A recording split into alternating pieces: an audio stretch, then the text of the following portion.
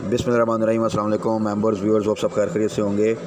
आज की वीडियो में डिस्कस करते हैं मार्केट में आज एक थोड़ी सी सिचुएशन ऐसी नज़र आई जो कि अक्सर जब मार्केट वॉलेटाइल होती है, फ्रजाइल होती है, तो इस मौके का फ़ायदा उठाकर मार्केट में एक पैनिक क्रिएट किया जाता है और स्मॉल इन्वेस्टर जो है अक्सर ऐसी सिचुएशन में पैनिक में आके लॉस बुक करता है। तो वही हुआ कि मार्केट कल भी नेगेटिव क्लोजिंग आई थी, थोड़ी सी मार्केट फ्रजाइल भी थी, लेकिन आज समहाउ मार्केट मैनेज कर रही थी, पॉजिटिव साइड पे ट्रेड कर रही थी। फिर एक र्यूमर आती है मार्केट में कि शायद जो स्टेट बैंक है वो इमरजेंसी मीटिंग कॉल करेगा और उसमें 3% यानी 300 बेसिस पॉइंट का एक एग्रेसिव इंटरेस्ट रेट जो है ना वो इंक्रीज़ करेगा। तो डेफिनेटली इस तरह की बात के ऊपर मार्केट में एक पैनिक एक्सपेक्टेड था और वही हुआ।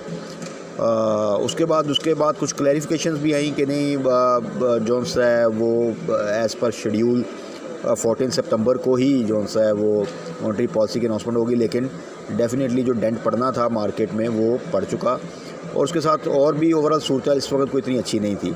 बट ऐसी सिचुएशन में देखें अपॉर्चुनिटी भी होती है और वो अपॉर्चुनिटी ये होती है कि बहुत से स्टॉक्स जो कि इस तरह की पैनिक की वजह से डिप लेते हैं उनमें एक अच्छी स्विंग ट्रेड बन जाती है।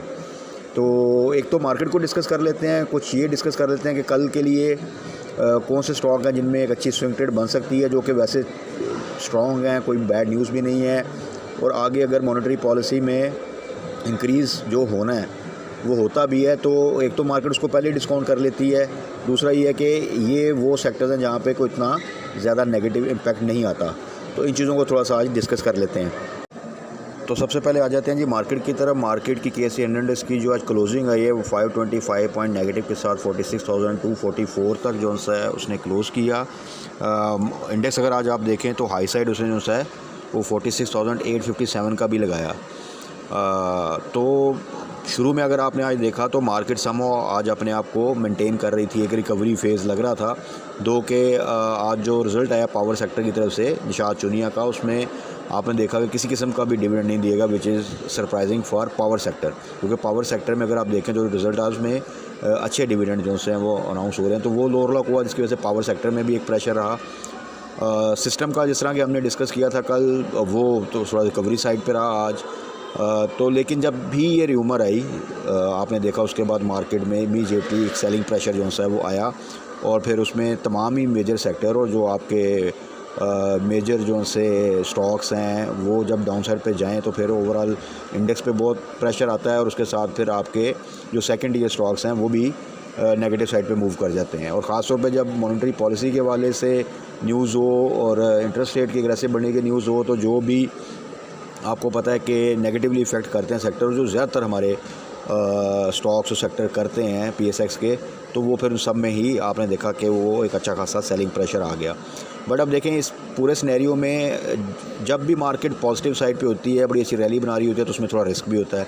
एट द सेम टाइम जब मार्केट गिर रही होती है, किसी न्यूज़ की वजह से वो डिप लेती है, तो उसमें फिर अपॉर्चुनिटी भी आती है।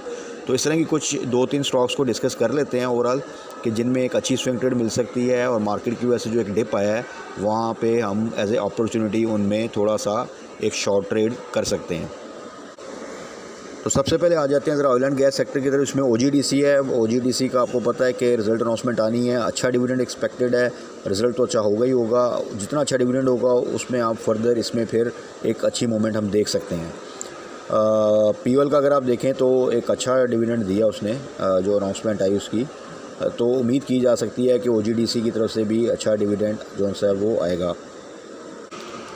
तो OGDC जो है आज पॉजिटिव साइड पे ही था और अगर आप उसका हाई देखें आए तो वो तकरीबन 97 को टच किया, यानी 96.93 था। लेकिन जब ये न्यूज़ है उसके बाद वो लो लगाता है, एक डिप लेता है, 93 का लो लगाता है, उसके बाद फिर वो थोड़ा सा बाउंस बैक करता है और जो क्लोजिंग है वो 94.25 पे जो है वो देता है। तो OGDC को हम पहले भी टारगेट कर रहे थे, डिस्कस भी कर रहे थे कि जब भी ये 95 के पास आए से नीचे आए तो वहाँ पे इसको बिल्कुल आप टारगेट कर सकते हैं फॉर स्विंग ट्रेड, और 105 से ऊपर का जो लेवल है वो रखा हुआ है फॉर प्रॉफिट टेकिंग। तो OGDC को आप कल जो है वो बिल्कुल 94 से नीचे अगर आपको मिलता है या 94 पे भी या 95 से भी इवन नीचे मिलता है according to the market situation, तो वहाँ पे आप इसको टारगेट कर सकते हैं। ज़्यादा सिक्योर प्ले करना है तो 2 स्टेप्स में टारगेट कर लें। जितनी क्वांटिटी भी आपने बाई करनी है उसका हाफ जो है कल वो आप जब मार्केट ओपन होती है तो आप उसको 94 के आसपास बाय कर लें और थोड़ा सा कैश क्योर कर लें कि अगर फर्दर कोई डिप आता है तो वहाँ पे आप उसको एवरेज कर लें। तो इंशाल्लाह ताला यहाँ से आप इसको ईज़िली जो सा है वो 105 या इवन 100 से भी ऊपर चला जाएगा तो आपके पास एक अच्छा जो सा है वो प्रॉफिट आ जाएगा within a very short period time, couple of days आप कह लें within a week time. उसके बाद सेकंड जो दो स्टॉक्स हैं वो आईटी सेक्टर से हैं। एक तो सिस्टम है, सिस्टम का देख लिया हमने कल भी डिस्कस किया था, एक डिप आया रिज़ल्ट के बाद, जो कि आपको पता है कि रिज़ल्ट जिस दिन अनाउंसमेंट होती है उस दिन अगर अच्छा पे आउट ना आए तो थोड़ा सा वो स्टॉक डिप लेता है। बट वही सिलसिला है कि जैसे ही वो एक सर्टन लेवल से नीचे आता है तो वहाँ से फिर अच्छा स्टॉक हमेशा बाउंस बैक करता है। और आज अगर आपने देखा तो सिस्टम ने आज 439 का हाई लगाया और उसके बाद जब ये न्यूज़ आई उसके बाद उसने डिप लिया, अदरवाइज़ वो एक अच्छी रिकवरी जो है वो दे चुका था लो लेवल से। और अभी जो उसकी क्लोजिंग आई है 426.97 की आई है। ये वो प्राइस है 420 से नीचे जहाँ पे आप इसको बिल्कुल दोबारा टारगेट कर सकते हैं, एवरेज कर सकते हैं, बाय बैक कर सकते हैं और यहाँ से ये दोबारा से एक अच्छी आपको जो सा वो गेन और एक रिकवरी जो सा और एक रैली दे देगा इंशाल्लाह ताला with in a very short period of time. और लॉन्ग टर्म टारगेट, बल्कि लॉन्ग टर्म ही मीडियम टर्म टारगेट भी आप कह सकते हैं, वो इसका 500 है इंशाल्लाह ताला। बट एक अच्छी स्विंग ट्रेड जो यहाँ से आपको तकरीबन 20-25 रुपये की दे देगी, वो ये प्राइस है जो कि 420 से नीचे बनती है। उसके बाद आ जाते हैं जी टीआरजी पे। टीआरजी आपको याद होगा मैं इसको डिस्कस जब भी 100 से ऊपर होता है मैं इसको डिस्कस नहीं करता, बल्कि यही मेंशन करता हूँ कि ये इसके प्रॉफिट टेकिंग लेवल्स हैं, यहाँ पे बाय नहीं करना। जब ये 90 के आसपास आएगा तब इसको आपने टारगेट करना है। तो आज अगर आप इसकी जो है वो क्लोजिंग देखें तो वो 90.2 पे है और 89.60 का इसने लो लगाया और 93.80 का इसने हाई लगाया। सो 90 से नीचे आपको कल मिलता है तो इसको आप बिल्कुल टारगेट कर सकते हैं। और अगेन जो सा आपने प्रॉफिटिंग लेवल 100 प्लस का जो सा टारगेट सेट करना है, तो इसमें भी आपको एक अच्छी स्विंग ट्रेड जो सी है वो मिल सकती है। तो टीआरजी के लिए हमेशा जब 90 से नीचे है तो वहाँ पे आप इसको टारगेट करें तो फिर प्रोबेबिलिटी जो सी है प्रॉफिट की वो काफ़ी अच्छी हो जाती है और इस जो सा काफ़ी कम हो जाता है। अगर किसी ने हाई साइड पे बाय किया हुआ है तो उसके लिए फिर ये अपॉर्चुनिटी है कि वो 90 बिलो इसको एवरेज कर सकता है। उसके बाद है जी फाइनल वन हबको, पावर सेक्टर से, क्योंकि हबको एक ऐसा स्टॉक है जिसको लॉन्ग टर्म के लिए आप टारगेट कर सकते हैं और किया हुआ है। जिन दोस्तों ने भी लिया हुआ है उसको तो हमने लॉन्ग टर्म के लिए रखा हुआ है और तकरीबन 90 को ये टच कर चुका है और मल्टीपल पे आउट मिलते हैं एनुअली। अगर आप देखें तो तकरीबन हर क्वार्टर में ही कुछ ना कुछ पे आउट आ जाता है, तो उस लिहाज से बहुत बेहतर है। बेस्ट प्राइस थी जब ये 65 के आसपास ट्रेड करता था, वहाँ से देखें ऑलरेडी एक अच्छा कैपिटल गेन भी मिल चुका है। कोई ऐड करना चाहता है मज़ीद या एंट्री लेना चाहता है तो 80 से नीचे कल जो सा है वो अगर एंट्री लेता है तो वहाँ पर इस मार्केट में जो ये डिप है इसकी वजह से वो प्राइस मिल सकती है, तो वहाँ पे वो एंट्री ले सकता है। अगर फर्स्ट टाइम एंट्री ले रहा है तो फिर वही है कि इसको दो स्टेप में रखें, एक 80 से नीचे कल इसको बाय कर लें, कुछ कैश क्योर कर लें कि अगर फर्दर कहीं डिप आता है तो फिर इसको फर्दर ऐड करना है। तो इस तरह हबको भी जो सा है वो इंशाल्लाह ताला आपको जो सा है वो एक अच्छा गेन देगा। बट हबको को आपने जब टारगेट करना है वो हमेशा लॉन्ग टर्म के लिए करना है, तो फिर आपको इसमें अच्छा कैपिटल गेन भी मिलता रहेगा। इवन इस प्राइस से 80 से भी फर्दर आपको अच्छा कैपिटल गेन मिल जाएगा, प्लस साथ में पे आउट भी मिलता रहेगा।